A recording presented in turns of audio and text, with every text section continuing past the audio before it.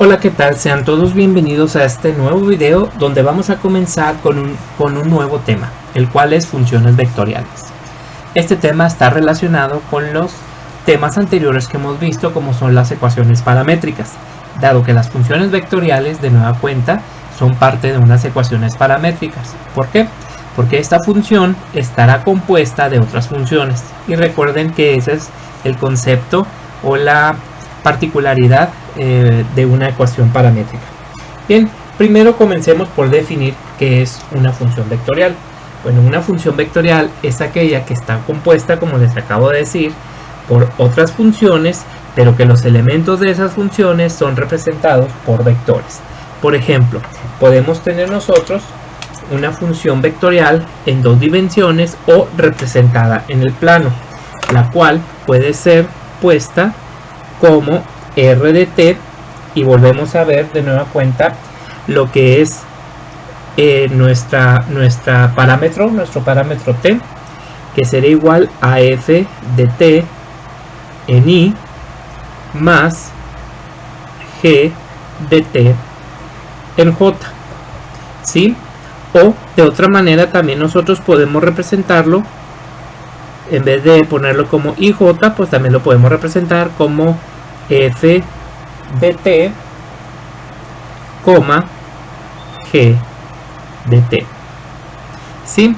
En efecto, esto corresponde a ecuaciones, o mejor dicho, funciones vectoriales en dos dimensiones, las cuales pueden ser representadas, como podemos ver, en un plano x, y, ¿sí?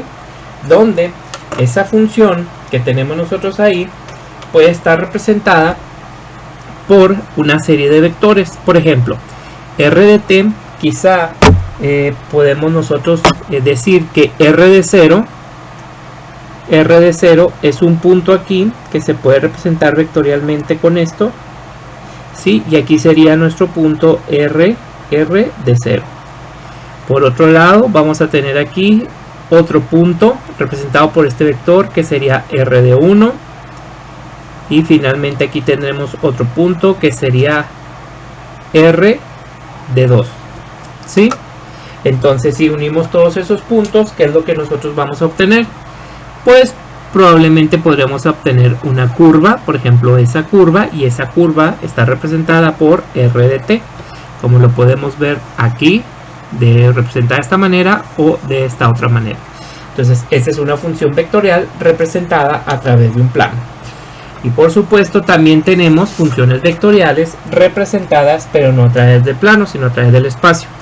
Básicamente sería exactamente lo mismo, sería como r de t igual, en este caso sería f de t en i más g de t en j más h de t en k. O representado de otra manera, podemos decir que es r de t igual a f de t, g de t, h de t. Y la representación geométrica de esto pues no sería en un plano, es decir, en un plano bidimensional, sino sería en el espacio, ¿sí? En un plano donde vamos a tener un plano tridimensional, un plano espacial, donde vamos a tener las coordenadas x, y y z, como anteriormente lo habíamos visto. Entonces nosotros podemos tener, por ejemplo, diferentes vectores. Vamos a suponer que aquí en este punto se formaría un vector en 3 dimensiones, el cual estaría representado por r de 0, ¿sí? Por acá tendríamos otro vector que estaría representado por r de 1. Quizá por acá tendríamos otro vector que estaría representado por r de 2. Como ustedes pueden ver, ahí es donde está actuando el parámetro. Y quizá mi función vectorial sería esta que tenemos aquí, que probablemente se puede ver que están en 2 dimensiones, pero si ustedes observan y recordamos alguno de los conceptos pasados, pues podemos ver que no está en 2 dimensiones. Y por ejemplo, ¿qué tal si hacemos su proyección sobre el plano? ¿Sí? Entonces aquí podemos observar, ¿de acuerdo?, que no está en 2 dimensiones, sino en 3 dimensiones.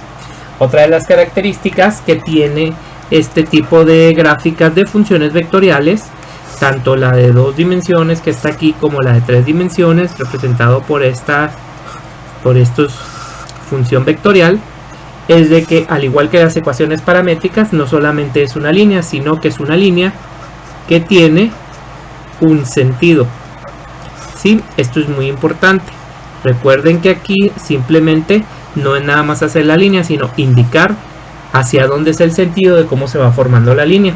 Por ejemplo, aquí nuestro parámetro es t, y si podemos ver aquí en t vale 0, t vale 1, t vale 2, etcétera. Entonces es importante señalar que el orden de ascendencia de nuestra variable, nuestro parámetro, pues sería hacia aquel lado. Entonces básicamente eso sería la definición de lo que es una función vectorial. Y existen maneras de nosotros poder trazar alguna curva plana. Igual volvemos a hablar de curvas planas, ya que son ecuaciones paramétricas de algunas funciones vectoriales. Ejemplo número 1, donde lo que vamos a querer sería representar la curva plana de nuestra ecuación o nuestra función vectorial r de t igual a 2 por el coseno de t en i menos 3 por el seno de t en j. Y como estamos hablando de un parámetro, de nueva cuenta vamos a tener que dar un intervalo. ¿En qué intervalo? Desde 0 hasta 2pi. ¿De acuerdo? Ok. Recuerden que estamos hablando de una ecuación paramétrica. Entonces, para poder nosotros tener la idea de cómo es la gráfica de nuestra curva plana, debemos de quitar el parámetro y ver cómo es la forma algebraica para poder hacer nuestra función. ¿Cómo se quita el parámetro? Bueno, en algunas ocasiones recuerden que podemos hacer despejes y luego después vamos a hacer sustituciones, pero en este caso recuerden que cuando tenemos funciones trigonométricas como coseno y seno, pues debemos de utilizar ciertas identidades. En este caso recordemos que la identidad trigonométrica que vamos a utilizar cuando tenemos coseno y seno va a ser la de seno cuadrado de a más el coseno cuadrado de a es igual a 1. ¿Ok? Entonces, por lo tanto, debemos nosotros de ver cuáles serían, en este caso, las sustituciones que vamos a hacer. Al igual que como lo hemos estado haciendo anteriormente, y si ustedes observan, en este caso, esta parte de aquí, que acompaña a la i, sería el valor de nuestra variable x.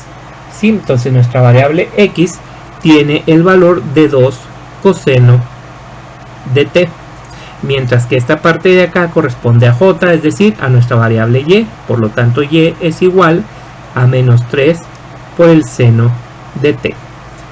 ¿De acuerdo? Ahora lo que tenemos que hacer aquí para poder aplicar esta identidad trigonométrica sería simplemente hacer el despeje de tanto de coseno como seno. En este caso tendríamos que el 2 que teníamos multiplicando pasaría dividiendo y me quedaría de esta manera coseno de t. Y en este caso el menos 3 que también está multiplicando pasa dividiendo, ¿sí?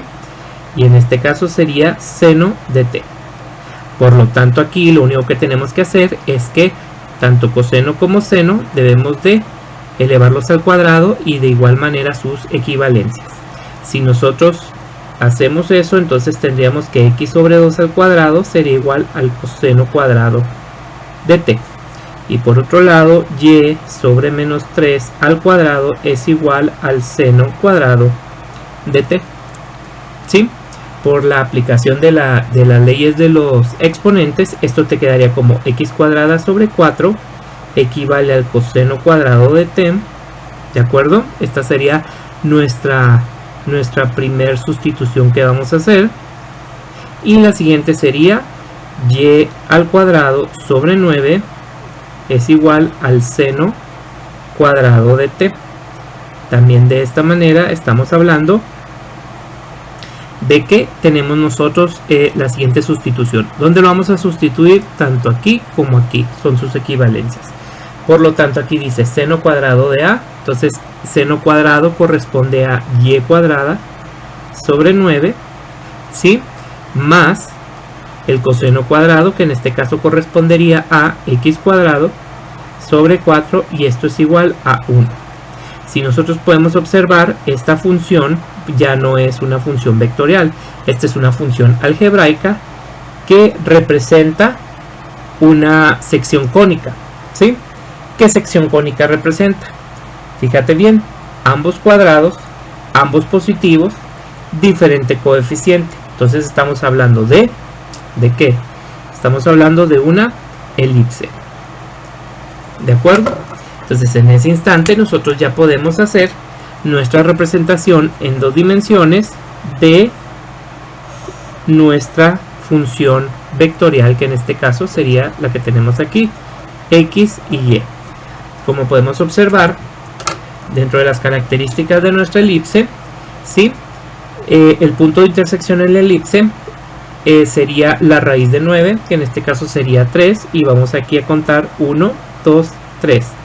Más o menos aquí, y otro aquí, 1, 2, 3. ¿Ok? Más menos 3, que sería la raíz de 9. Y de la x sería más menos 2, que sería la raíz de 4. Entonces vamos a poner aquí 1, 2 y 1, 2. ¿De acuerdo? Si ustedes se fijan, esto es desde 0 hasta 2pi. Entonces, lo cual quiere decir que probablemente vamos a hacer toda la elipse. Hay ocasiones que hay que cerciorarse para ver qué parte del objeto geométrico que estamos utilizando vamos a hacer. Pero en este caso, como es una elipse y si es de 0 a 2pi, sí vamos a hacer absolutamente toda la elipse, que pues quedaría un poquito más o menos como esto, ¿sí? Más o menos así. Pero pues es importante saber, fíjense bien, en este caso, dónde es el punto de inicio, es decir 0, y dónde terminamos, es decir en 2pi. Entonces en este caso, quizá nuestra lógica diría que empezaríamos aquí, daríamos la vuelta y terminaríamos aquí. Pero honestamente no sabemos cómo es, eso lo tenemos que demostrar. ¿Cómo lo podemos demostrar? Bueno, podemos hacer una tabla de valores. Por ejemplo, puedo hacer la tabla de valores con el parámetro t, y después vamos a poner aquí nuestras variables x y nuestra variable y. ¿De acuerdo? Y vamos a poner ciertos valores. Por ejemplo, uno de los valores que me interesa es 0, para saber dónde voy a partir cuando t vale 0, ¿sí? Y en este caso vamos a poner, por ejemplo, los 4 puntos principales en cuanto a los puntos de intersección, que sería pi medios, pi, 3 pi medios, y nada más para cerciorarnos vamos a ver si terminamos justamente donde empezamos, es decir 2pi. ¿De acuerdo? Simplemente para cerciorarnos. Recordemos que en el caso de x tenemos que es, como lo podemos ver aquí, 2 coseno de t. Vamos a agregarlo aquí. X, vamos a poner aquí, x es igual a 2 por el coseno de t, y y es igual a menos 3 por el seno de t. ¿De acuerdo? Entonces veamos. Si ustedes se fijan, vamos a darle el valor de t igual a 0. Si t vale 0, entonces coseno de 0 es 1 por 2, pues aquí tendríamos el valor de 2. Y en este caso sería 0, seno de 0 es 0 por menos 3, pues sería 0.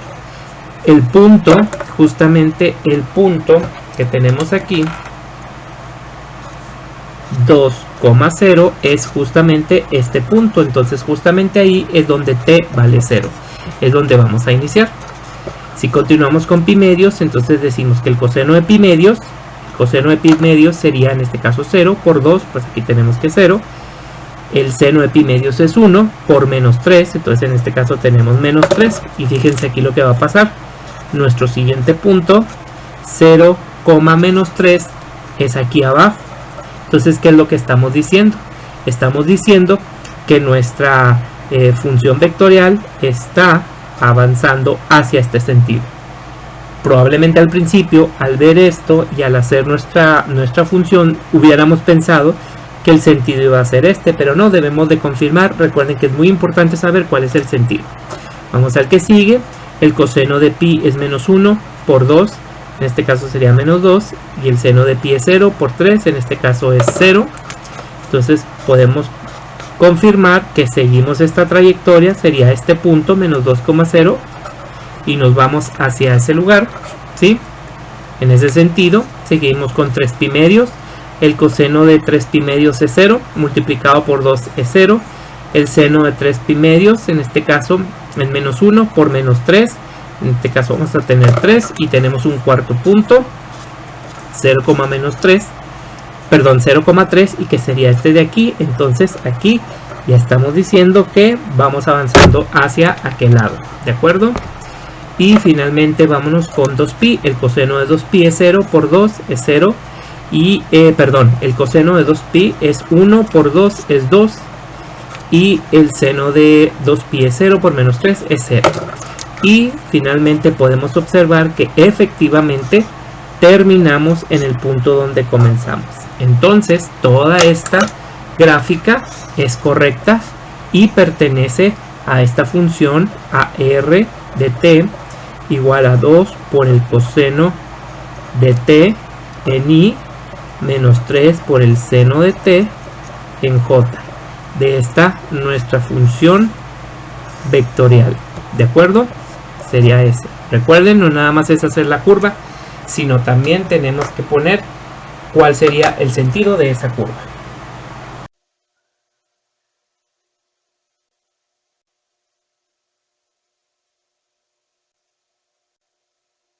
En nuestro siguiente ejemplo, nuestro ejemplo número 2, vamos a tratar de hacer la gráfica de nuestra función vectorial, que en este caso sería r de t igual a 4 por el coseno de t en i más 4 por el seno de t en j más t por k.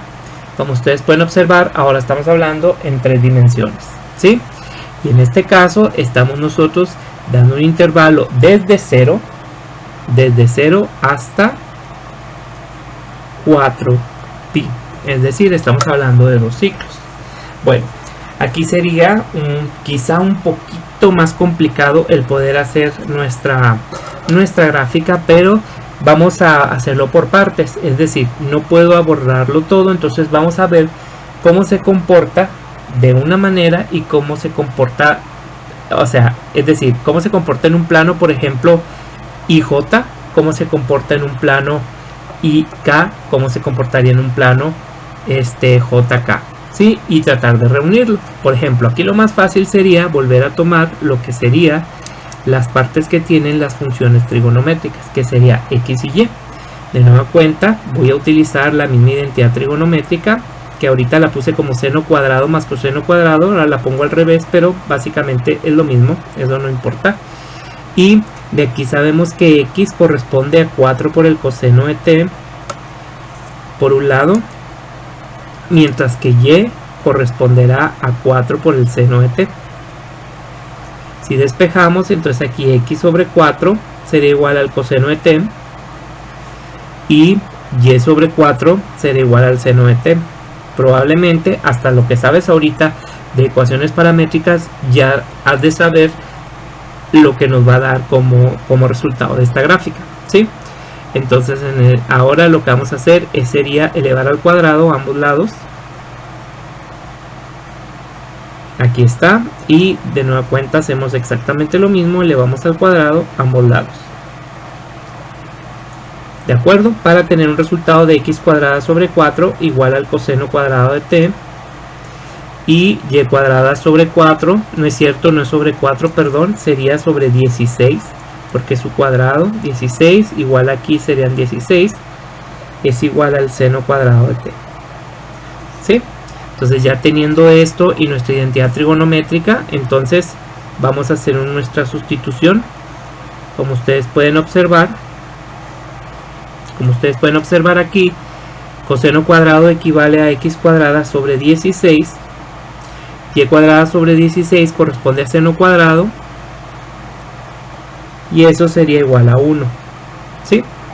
Si ustedes observan, aquí también tenemos otra sección cónica.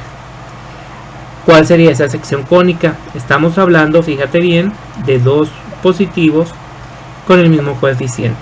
Entonces, ¿qué es? En este caso yo puedo multiplicar todo por 16 y lo que obtendría sería básicamente x cuadrada más y cuadrada igual a 16. Entonces estamos hablando de una circunferencia con centro en el origen con un radio de 4. ¿Sí? Pero fíjate bien, esta circunferencia con radio de 4, ¿en qué plano está? Esto solamente está en el plano x, y. Si nosotros recordamos lo que es nuestra, en este caso, nuestra plano de 3 dimensiones, pues es XYZ, ¿sí? Y recuerda que ese plano de 3 dimensiones podemos ver lo que es la vista frontal, la vista lateral y la vista superior. El plano XY, ¿qué vista sería? En este caso el plano XY sería la vista superior. Es decir, que si yo observo por la parte de arriba esta función, ¿sí? Lo que voy a observar, ¿qué sería? Pues sería una circunferencia de radio 4. Siempre, ¿de acuerdo? Entonces ya más o menos es como yo puedo ir planteando lo que es mi ecuación, digamos, en este caso mi función vectorial. A ver, vamos a ver qué resulta. Vamos a poner aquí nosotros x, y. Vamos a agregarle también esta sección de acá atrás, al igual que esta de aquí. ¿Sí? ¿Para qué? Para trabajar sobre el plano. Recuerden que sobre el plano XY, aquí nada más faltó agregar la variable z, sobre el plano XY, que es lo que yo voy a ver. Lo que yo voy a ver es una circunferencia, ¿sí? ¿Qué radio? Con radio 4. Entonces más o menos me voy a ir como aquí, 1, 2, 3, 4, 1, 2, 3, 4, 1, 2, 3, 4, más o menos, 1, 2, 3, 4, ¿sí?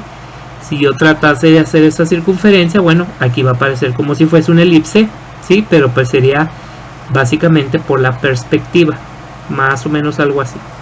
Pero es una circunferencia. Esa rueda que estás tú viendo, esta circunferencia, para que aparezca elipse, está sobre el plano XY, ¿sí? Y siempre cuando yo observe, de arriba, es decir, en este sentido, si lo observase, que es, vería yo el plano XY o por abajo, siempre voy a observar eso. Pero aquí tenemos otra variable más, otra variable que es t, ¿sí? En este caso me está dando un valor de z.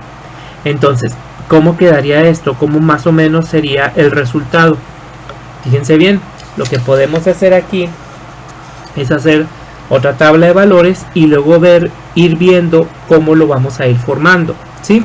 Vamos a hacer aquí nuestra tabla de valores. Ya tenemos casi la mitad de nuestra gráfica. Vamos a hacer nosotros aquí nuestra tabla T, X, Y y Z, ¿de acuerdo?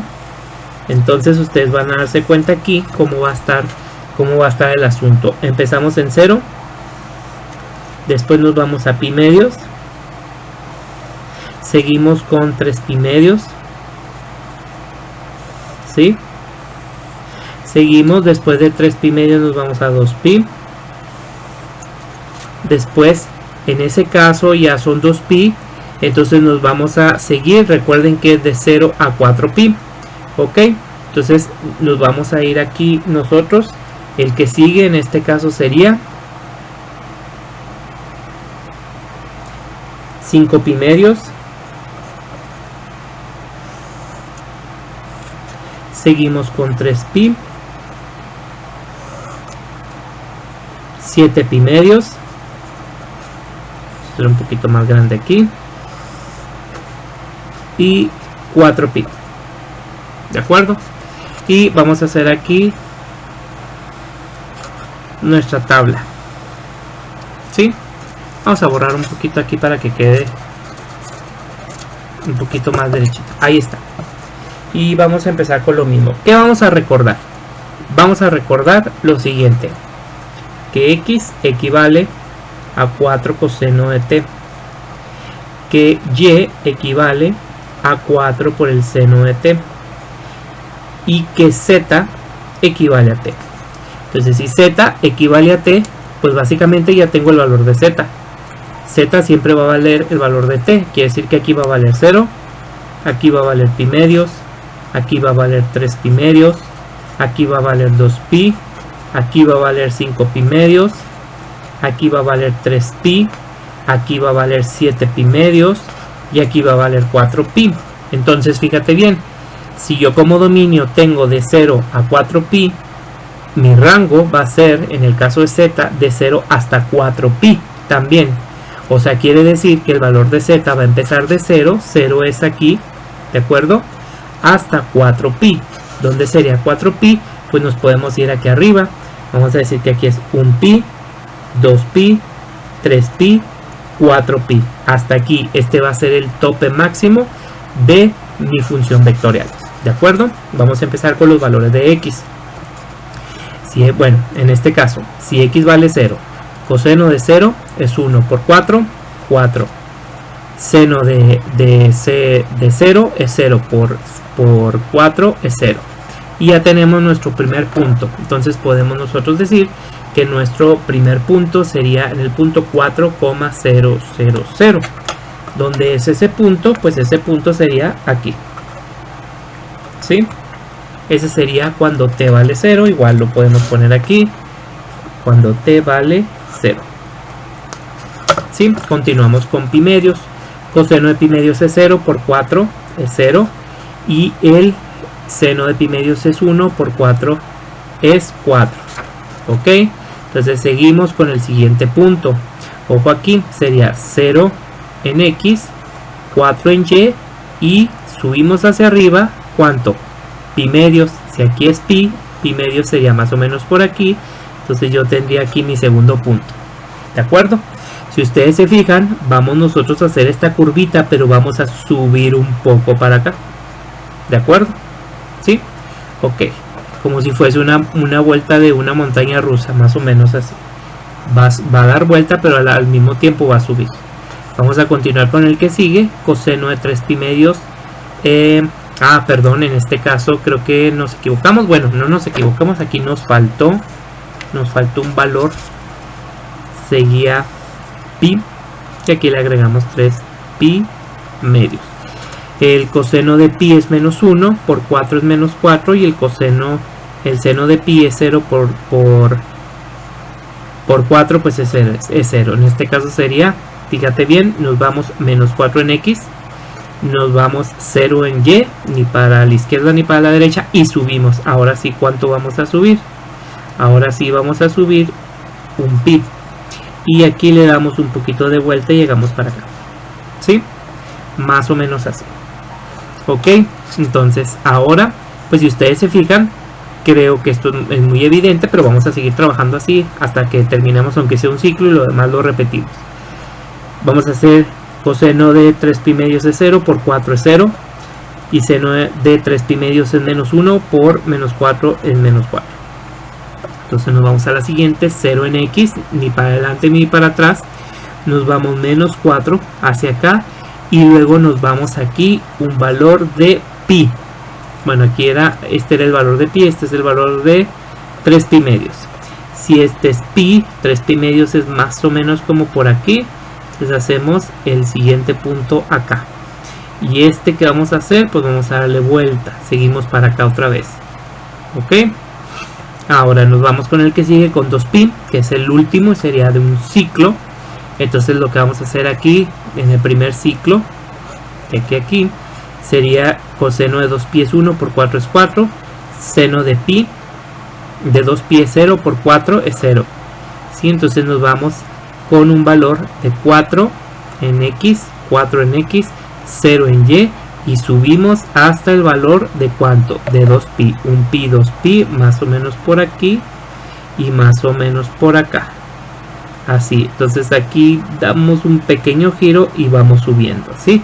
Entonces más o menos esto va quedando, ya estamos dándole aquí una forma más o menos así. Ok, si ustedes se fijan es como una espiral que va subiendo. Y si vemos, pues esto es un ciclo, lo demás se va a volver a comportar igual. Entonces todo se vuelve a repetir. Entonces este 4 representaría este. Entonces, ¿qué tendríamos que ponerle aquí? En este caso sería 0, 0, menos 4, 0, 4, 0, menos 4, 0 y 4. Y este 0 es este, sería 4, 0, menos 4, 0. 4, 0, menos 4 y 0. Ahí lo tenemos ya. ¿De acuerdo? Entonces vamos a continuar con este punto. Llevamos 1, 2, 3, 4, 5. Ok, 1, 2, 3, 4, 5. Vámonos ahora con este que sería 0 en X, 4 en Y. Y vamos a subir 5 pi medios, que sería 1, 2, 3. Más o menos como por aquí. Más o menos como por aquí nos vamos aquí. A la mitad. Nos vamos para arriba. ¿De acuerdo? Y aquí le damos un giro hasta acá, hasta aquí. Sí, ya tenemos. El que sigue es menos 4, que son menos 4 hacia atrás, 0, ni izquierda ni derecha, y subimos 3 pi, 1, 2, 3, 3 pi para atrás, aquí. El 4 es aquí arriba, nos vamos para acá. Y de aquí de donde estamos, vamos a dar un giro y nos vamos a ir para acá. Así está. Y luego nos vamos aquí con este siguiente, que son 0 y menos 4, que es este punto. 7 pi medios, que serán 1, 2, 3 y medio, más o menos como por aquí. Nos vamos para acá arriba y este es el otro punto. Sí, perdón. Este es el otro punto y le damos aquí este giro de aquí atrás, más o menos así. Y finalmente vámonos con este último, que sería 4, 0, 4 pi. Sería 4, 0 y 4 pi. El 4 pi nos vamos hasta acá arriba. Sí, más o menos como por aquí. Y a este le damos vuelta y que queda más o menos por aquí. Entonces pues ahí más o menos, como ustedes pueden ver, si se fijan, se forma como si fuese un cilindro. ¿Sí? Pero en ese cilindro vamos a tener más o menos una espiral, que sería esta. Ahí va. Más o menos esa espiral. Empezando aquí en t igual a 0. ¿Y qué sentido tendría? Tendría esto. Esto es como si fuese como una escalera de caracol. Aquí y terminamos aquí. Y esa es nuestra representación en 2 dimensiones. Si ustedes observan, ¿sí? Nosotros nos fuimos por la parte, lo voy a escribir aquí, R igual, nos fuimos por la parte de 4 coseno de t en i, más, bueno, no importa que esto igual ya lo usamos, lo vamos a borrar aquí, para que no nos estorbe, simplemente nos ayuda a calcular, más 4 seno de t en j más t por k. ¿Sí? Esta es mi función, de hecho tengo que ponerle r de t porque es una función vectorial. Si ustedes observan, tomamos esta parte que es la más fácil, que me indicaba cuál era la vista superior, pero qué pasaría si yo viera la vista ya sea frontal o lateral, por ejemplo coseno y t, es como si yo viera la gráfica de coseno más 1, perdón, coseno de x más x, y de forma, en este caso sería si es I y K es la lateral, y si viera J y K es la vista frontal, es como si viera la gráfica de seno de x más x. Entonces más o menos por ahí es como me puedo guiar, ¿sí? O con la ayuda de una tabla de valores, ¿de acuerdo? Va a haber algunas ocasiones en donde no es necesario que hagamos la gráfica, pero sí identificar qué gráfica pertenece a qué función. Y eso es muy sencillo, simplemente lo único que tú tienes que saber es cómo son las gráficas de las funciones, ¿sí? Para poder relacionar la gráfica con la función de acuerdo de cómo se comporta, ¿sí? Cómo se comporta I con J, I con K, J con K, etcétera, ¿de acuerdo? Y esta fue el ejemplo en 3 dimensiones.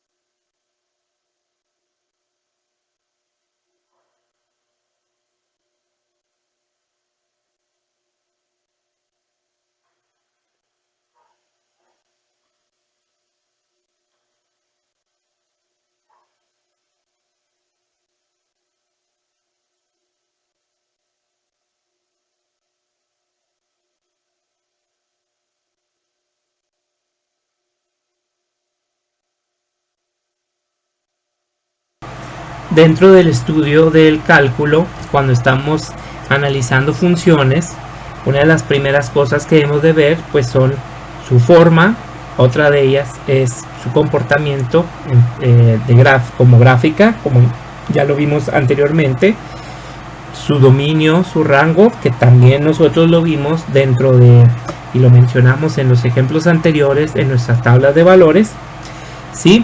Y en este caso pues también son los límites que me van a ayudar a determinar la continuidad de esa función, ¿sí? Esto es muy sencillo. Los límites de una función, en este caso vectorial, pues se aplica justamente igual como los límites de cualquier función, pero lo que tenemos que hacer básicamente cuando aquí vamos a poner cuando t tiende a, lo que tenemos que hacer es no tomar toda la función como un todo, sino por sus partes. Es decir, primero hay que analizar cuál es el límite de nuestra función f de t cuando t tiende a, en este caso en i, más cuál es el límite de la función, en este caso sería g de t, cuando t tiende a a, en este caso sería en j. Eso sería para 2 dimensiones. Si le agregamos otra dimensión, pues va a ser exactamente lo mismo, que sería el límite de la función h de t cuando t tiende a a, pero en este caso estamos hablando de k, ¿sí? Bien, ahora lo que tenemos que saber aquí es cómo saber calcular los límites, y los límites me van a determinar justamente en qué parte de la función existe la continuidad. A veces la función es continua desde menos infinito a infinito, a veces la función no es continua de menos infinito a infinito porque quizá tenga algún intervalo donde no exista la función, o simplemente tiene puntos de discontinuidad o puntos asintóticos, etcétera. Entonces esos puntos son los que a nosotros nos van a ayudar a determinar la continuidad de toda la función en conjunto. Por ejemplo, suponiendo si esta función, esta parte de aquí es continua en todos los números reales y esta también, pero esta no en un número, por decir cuando t vale 4, entonces quiere decir que el límite de toda la función te va a definir que toda la función es continua excepto en esto, ¿sí? O sea, es decir, vamos a hacer individual y finalmente vamos a ver en qué partes la función vectorial no existe, dado que alguna de estas partes no están dentro de ese rango, ¿de acuerdo? Antes de ver ejemplos para analizarlos, vamos a recordar algo que nos va a ayudar mucho, ¿sí? Primero que nada, debemos de recordar ciertos límites. Por ejemplo, tenemos límites de funciones algebraicas. En las funciones algebraicas todas tienen una característica, que las funciones algebraicas son continuas en todos los números reales. ¿Qué quiere decir? Que la lineal, la parabólica, la cúbica, la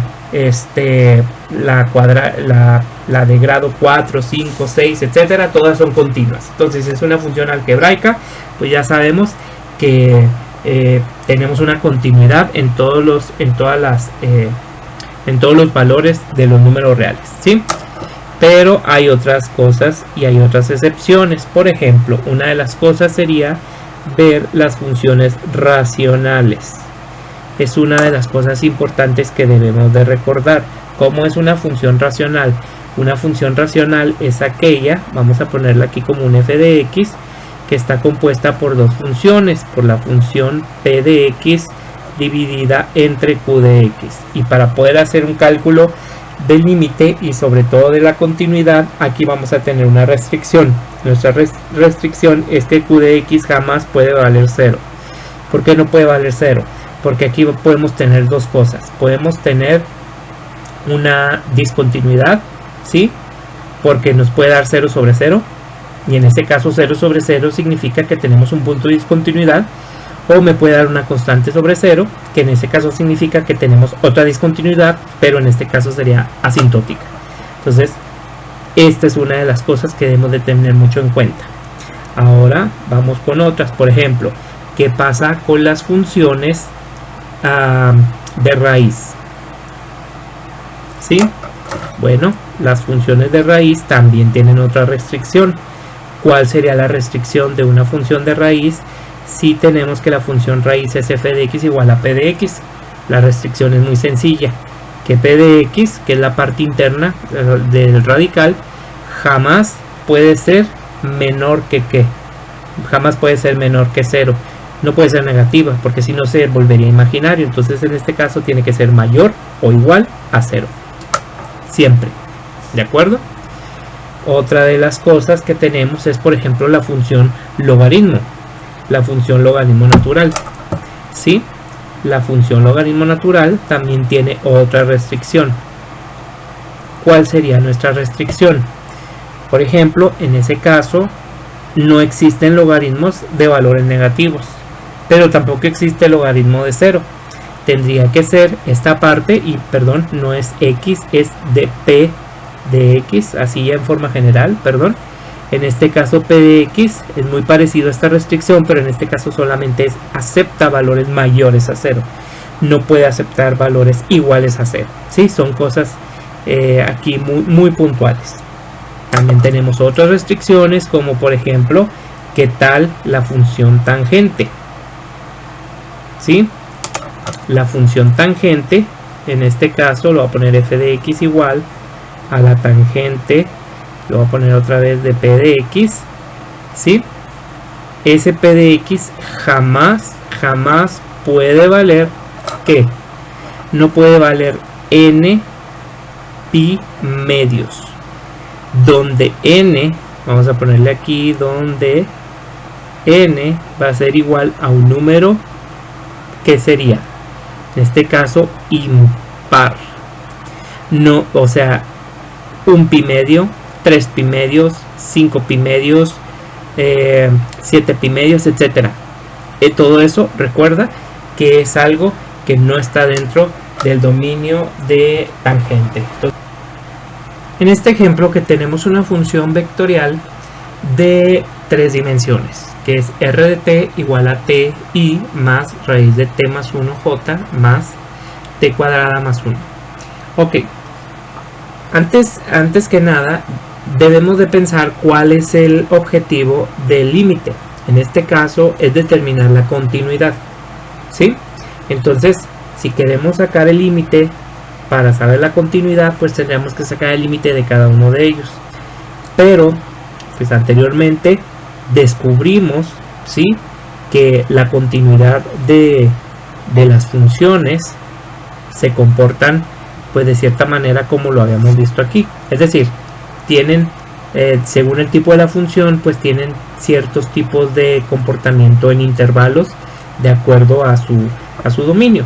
Entonces básicamente lo que queremos saber en la continuidad es determinar el dominio de la función, ¿sí? Entonces básicamente podemos decir que el dominio de la función, que son todos los valores posibles que puede tener la variable, en este caso paramétrica t, va a ser igual a la continuidad, ¿sí? Ok, entonces lo que yo quiero hacer básicamente aquí es un estudio de continuidad. Entonces vamos a analizar las funciones que tenemos. Por ejemplo, observen ustedes nuestra primer función. Nuestra primer función es simplemente t. ¿Qué tipo de función es esa? Esa es una función algebraica de primer grado.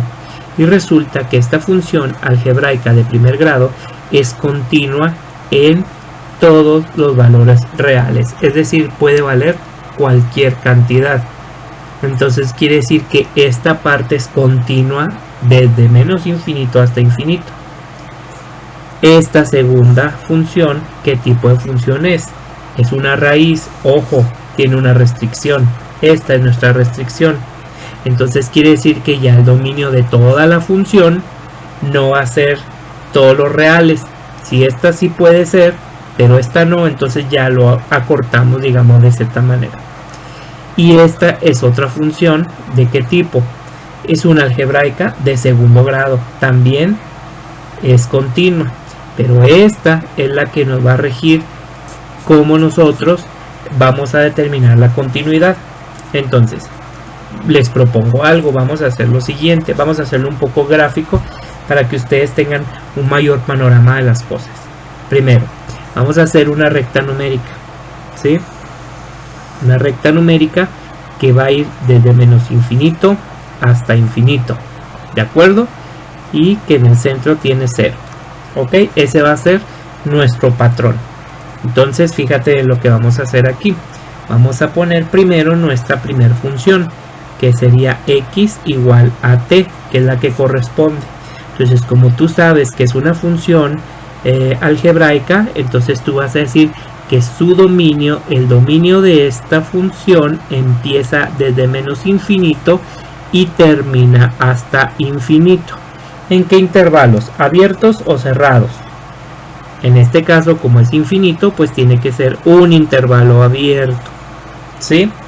Entonces, por lo tanto, todo esto representa el dominio de esta función, o la continuidad, vaya. Es decir, esta función es continua en todos los puntos, desde menos infinito hasta infinito. Ahora vamos con la segunda. La segunda, fíjate bien, es la raíz, perdón, vamos a poner a aclarar aquí que es y igual a la raíz de t más 1. Entonces esta sí tiene una restricción. Mi restricción es que p de x, fíjate bien, tiene que ser, que es la que tengo acá, es la que pusimos acá, tiene que ser mayor o igual a 0. Entonces lo que yo tengo aquí es una desigualdad que debo de resolver. En este caso, t, simplemente despejo, es mayor o igual a menos 1. Este es el dominio de esta función. ¿Dónde empieza el dominio de la función? Empieza en menos 1. El menos 1 está como por aquí más o menos. Vamos a ponerle aquí menos 1. Entonces bajamos, ¿sí? Hasta aquí.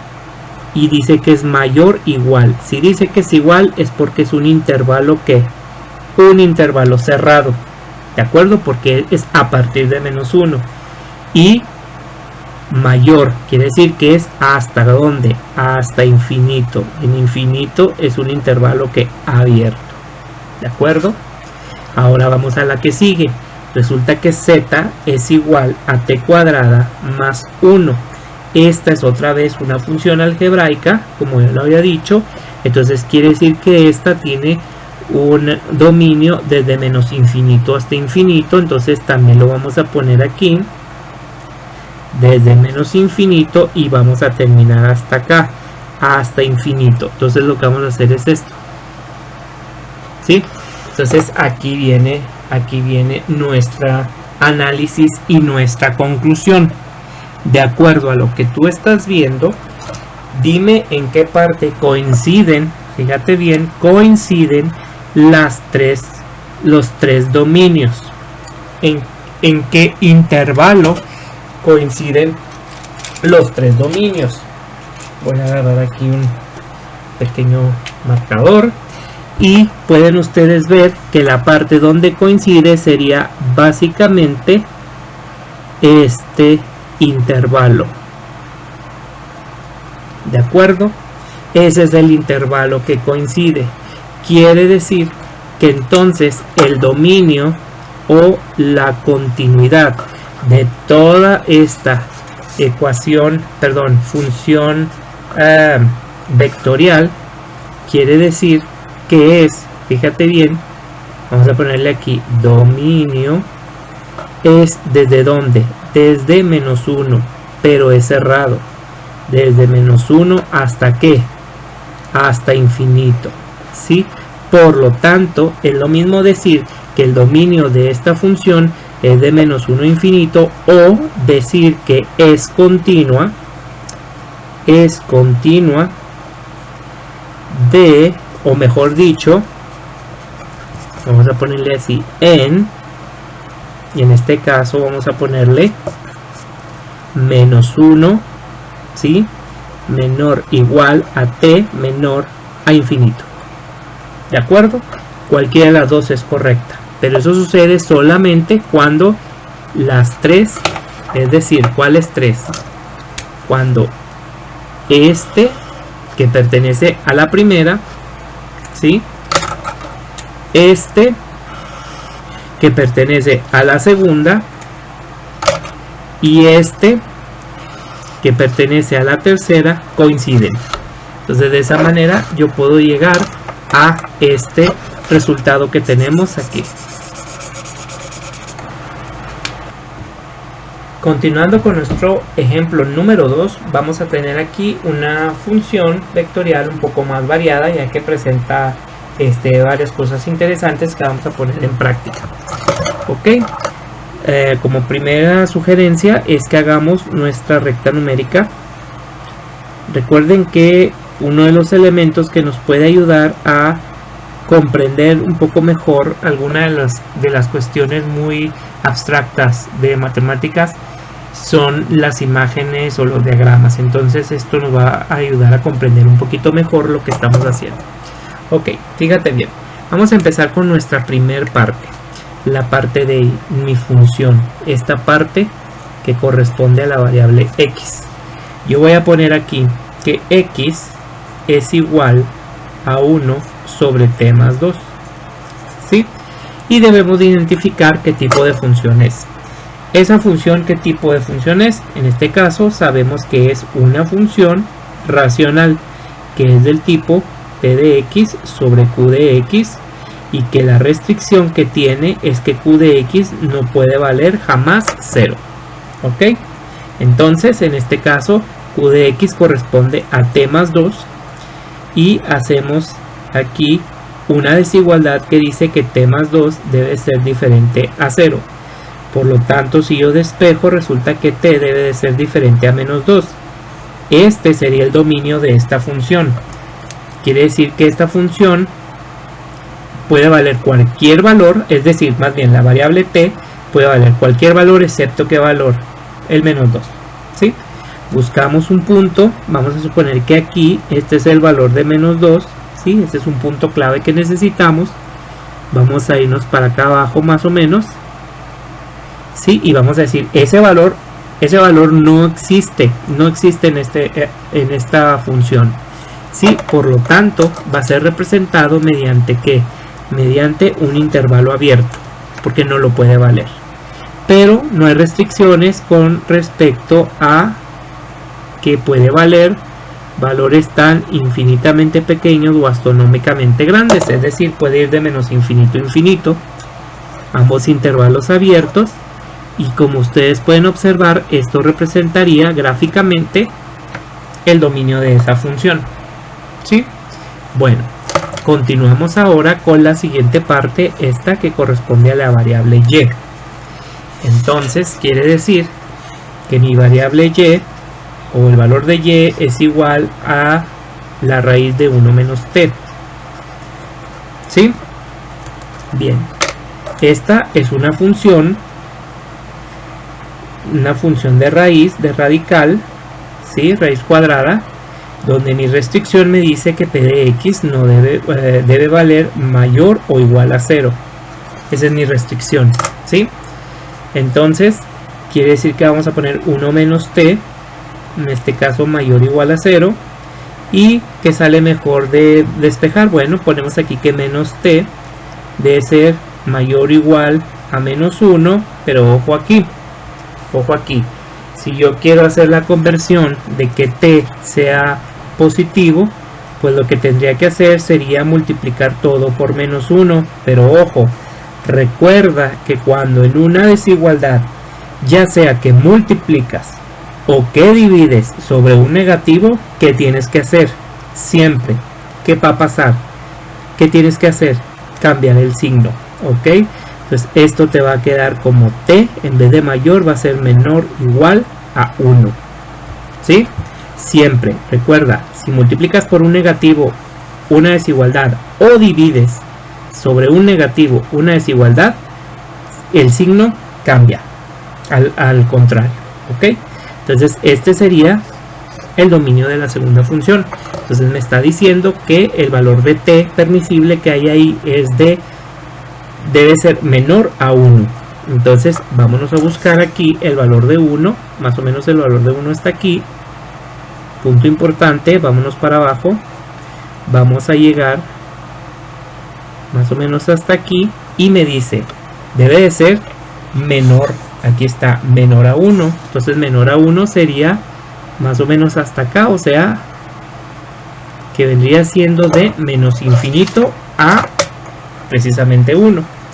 Entonces en este caso, en menos infinito va a ser un intervalo abierto y en 1 va a ser un intervalo que será abierto o cerrado. Observen, si fuera nada más menor que, en este caso es abierto, pero como lleva un igual, entonces en este caso va a ir siendo cerrado. Entonces aquí vamos a poner esta línea y esta línea representará lo que es el dominio de esta segunda función. Y finalmente nos vamos a la última. Disculpen ustedes el movimiento brusco, ahí está, no pasa nada, al valor de z, ¿sí?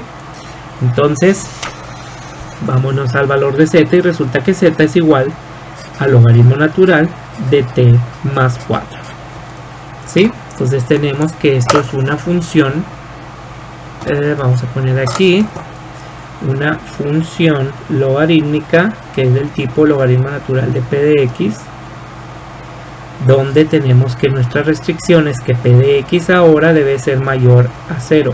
No puede ser 0, no puede ser menor, entonces debe ser mayor a 0. Entonces lo que vamos a hacer es decir que este t más 4 es mayor a 0. Entonces simplemente despejamos y t debe ser mayor a menos 4. Este sería nuestro tercer dominio, ¿de acuerdo? Entonces un valor importante es ¿cuál? Es menos 4. Entonces vámonos nosotros aquí otra vez y vamos a suponer que aquí está el menos 4. Entonces me voy hasta acá abajo, ¿sí? Perdón, no era menor, es mayor a menos 4, ¿sí? Entonces es de menos 4 hacia dónde, hacia la derecha. ¿Hasta dónde? Pues será hasta menos infinito. Entonces lo ponemos nosotros aquí, bajamos infinito hasta acá y podemos decir aquí, fíjate bien, si dice que t es mayor, en este caso a menos 4, es de menos 4 sin tomar en cuenta el menos 4 porque es mayor, entonces es un intervalo abierto. Y aquí finalmente en esta parte, como es infinito, pues también va a ser un intervalo abierto y esta va a ser nuestra representación de todos los valores permisibles para la variable t en z, ¿sí? Entonces ahora observa esta gráfica, vamos a darle un poquito para arriba para que la puedas ver completa, más o menos así, ahí está. Quiero que observes esta gráfica, ¿sí? Y dime en qué partes coinciden los tres dominios. En esa parte que coinciden los tres dominios, entonces va a ser el dominio total de toda la función vectorial, y por lo tanto podemos decir que es continua en ese intervalo. ¿Sí? Si tú observas, es, por ejemplo, la parte que comparten los tres sería desde aquí hasta acá, ¿cierto? Este sería básicamente el dominio, ¿sí? Pero no es tan sencillo, hay que ver cómo está en este caso, cómo están puestos las orillas de los intervalos, si están abiertos, si están cerrados, si hay alguna otra restricción. Fíjate bien, vamos a ver esta parte de aquí. Esta parte de aquí, como puedes ver, está abierta. Aquí pues es parte de la línea, está cerrada, y aquí está cerrada. Pero con que uno esté abierta ya significa que está abierta. Entonces quiere decir que vamos a ponerlo abierto. ¿Desde dónde? Desde -4. ¿Hasta dónde? Coma. ¿Hasta dónde? Aquí hay un punto. Este punto no existe. Es un punto de discontinuidad. ¿Estamos de acuerdo? O puede ser una discontinuidad puntual o asintótica. ¿Ok? Pero el chiste es de que no puede valer 2. Aquí sí. Aquí lo vemos. Aquí también. Aquí lo vemos. Pero aquí no. ¿Sí? Perdón, no es 2. Es -2. Entonces no puede valer 2. Negativo. Entonces lo vamos a poner aquí. -2. Y le ponemos otra vez abierto porque el intervalo es abierto. Unimos y le seguimos. Y le empezamos otra vez de -2. ¿Por qué de -2? Porque simplemente saltamos ese valor. Nada más el valor de -2. La única manera para hacerlo es poniendo abierto, unión abierto. O sea, quiere decir aquí de que es antecito de -2 y este es despuesito de -2. O sea, no incluyendo el -2. ¿De acuerdo? Y donde terminamos, fíjate aquí es parte de, está cerrado y es parte de. Entonces terminamos hasta qué valor? Hasta el 1. Y en ese caso es cerrado. ¿Sí? Este que está aquí es el dominio de la función vectorial r de t. O si quieres tú también puedes ponerlo como que la función vectorial r de t es continua, ¿sí? Es continua en los intervalos, y en ese momento ya pones de -4 a -2, unión 2 negativo, 1 positivo, cerrado. Cualquiera de las dos cosas son exactamente lo mismo y son correctas. Y de esa manera, aplicando, digamos, un método tanto analítico como gráfico, podemos determinar la continuidad de nuestra función vectorial. En conclusión, recordemos que cuando vamos a conocer o analizar una función vectorial, debemos de saber cuál es su gráfica, cuál es su representación, cuál es su dominio y en qué partes es continua. Y en este caso, tratándose de una función vectorial que pertenece a una ecuación paramétrica, hay que saber interpretar su curva plana, no nada más hacerla, sino hacia qué sentido se va a mover.